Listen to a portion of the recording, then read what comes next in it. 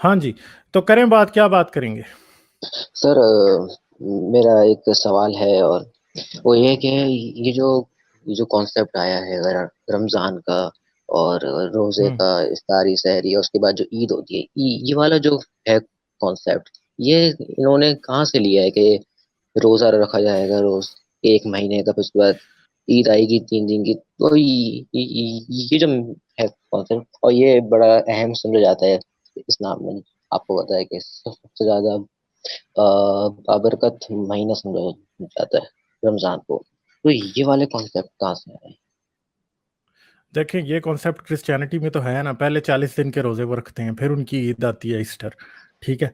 तो ये वहां से तो लिया गया है। दूसरी बात है कि ये जो ईद है, ईद उल अज़हा है, ये जो है ये तो बेसिकली वही ईद है जो कि वो भी मतलब ईद उनकी, उनके ही इसहाक की कुर्बानी के नाम पे ये ईद रखी गई है और उसको ही देख के ये लेते हैं।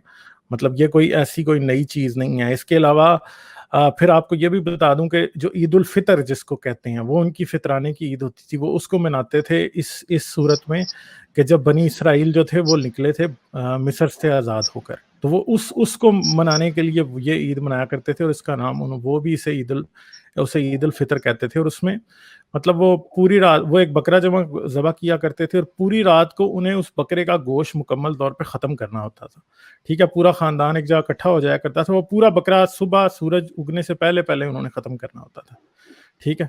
जो भी भेड़ बर्रा होता था वो, मेंढा अच्छा। यानी, तो वो और सुबह जब सुबह तक उन्होंने ख़त्म करना होता था और उस रात को वो फतीरी रोटी खाते थे। बनी इसराइल जो है बेसिकली वो ख़मीरी रोटी खाते थे, मतलब आटे को वो रख देते थे, जब वो ख़मीरा हो जाता था फिर उसकी, समझते हैं ना ख़मीर क्या होता है? जी मतलब जी जी जी, बिल्कुल। आटा जब वो ख़मीर ख़मीर हो जाता था, फिर वो उसकी रोटी बना के खाते थे। मगर जी जी। ईद उल फितर वाले दिन वो फतीरी रोटी खाते थे। फतीरी रोटी उसको कहते हैं, यानी आटा आपने गूंदा और आपने उसकी रोटी बना ली, ठीक है?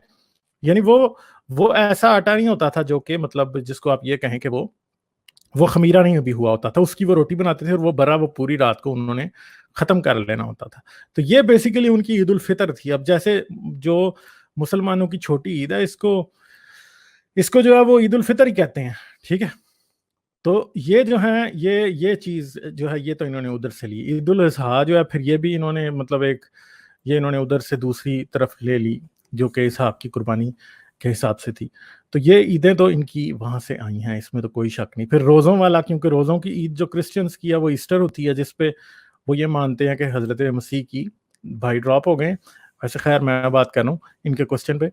तो ईद उल फितर वो इस ईद को मान ईद उल फितर वो क्रिश्चियन जो है ईस्टर इस तरह मनाते हैं कि 40 दिन वो पहले रोजे रखते हैं और 40 दिन के बाद उनकी ये ईद होती है, ठीक है? जो कि ईस्टर की ईद होती है, जिस जिस पे वो ये मानते हैं कि हज़रत मसीह जो थे वो पहले सलीब पर मर गए, फिर उनको क्या किया गया, फिर वो ज़िंदा हो गए और जिस दिन वो ज़िंदा होते हैं वो संडे जो है वो ईस्टर संडे होता है, ठीक है? तो ये बेसिकली जो है ये दोनों ईदों की कहानी है। मुसलमानों की जो ईदें हैं ये बेसिकली इधर से ही इंस्पायर्ड जो हमें नज़र आती हैं।